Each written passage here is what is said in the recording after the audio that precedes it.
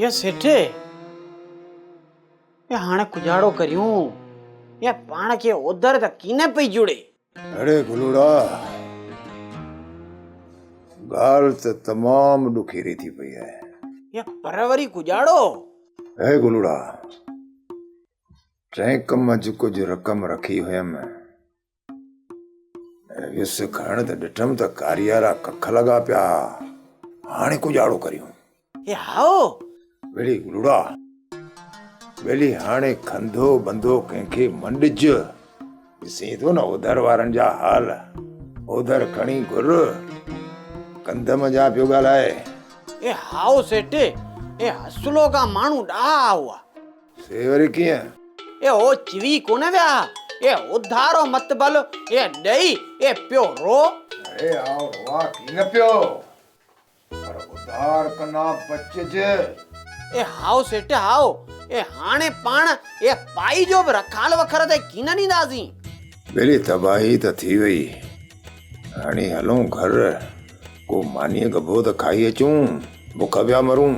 ये सेठे ये तो जी आ हालत ॾिसी ए हिको गानो ज़ाद अची वियो आहे ये लखन जो छलो आ टके जो कीअं भाया पुनल जी निशानी सीने मंझिलाया या लखन जो छलो आ। अरे तोखे टके टके जी लगी पई है मुझो घर में लखे रुपए जो निष्कान थी वियो कारियारा कख थी विया तू मनोरंजन पियो कई हाल इंडिया पियो ॿुधी आकाशवाणी पियो ॿुधी निभागा कई जा ये सेठे ये मुआ के कुजाड़े लाइ पियो था बाजी ये जेको थियणो हो ए हो थियो ए हाणे कुजाड़ो कंदे।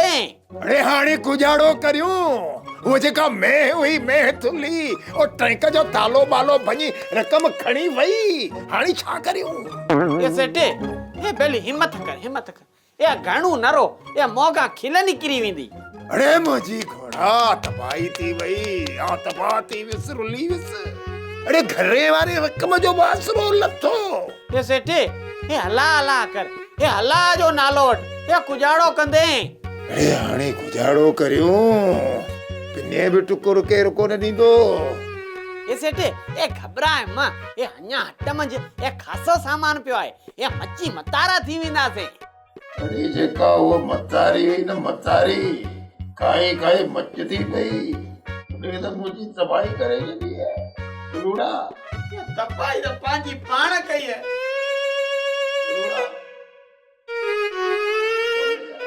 ये मारी ने लगी ना। अरे यार तबाह लूड़ा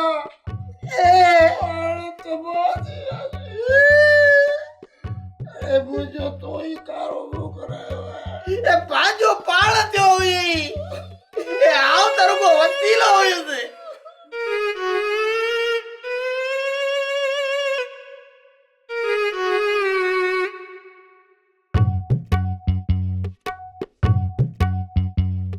सोप सीरियल सारंग जा तमाम एपिसोड्स ॾिसो HD क्वालिटी में विजिट करियो असांजो YouTube channel Sindh TV HD drama. Subscribe कयो असांजो official YouTube channel Sindh TV HD drama ऐं वधीक अपडेट लाइ बेल आइकन खे क्लिक करियो।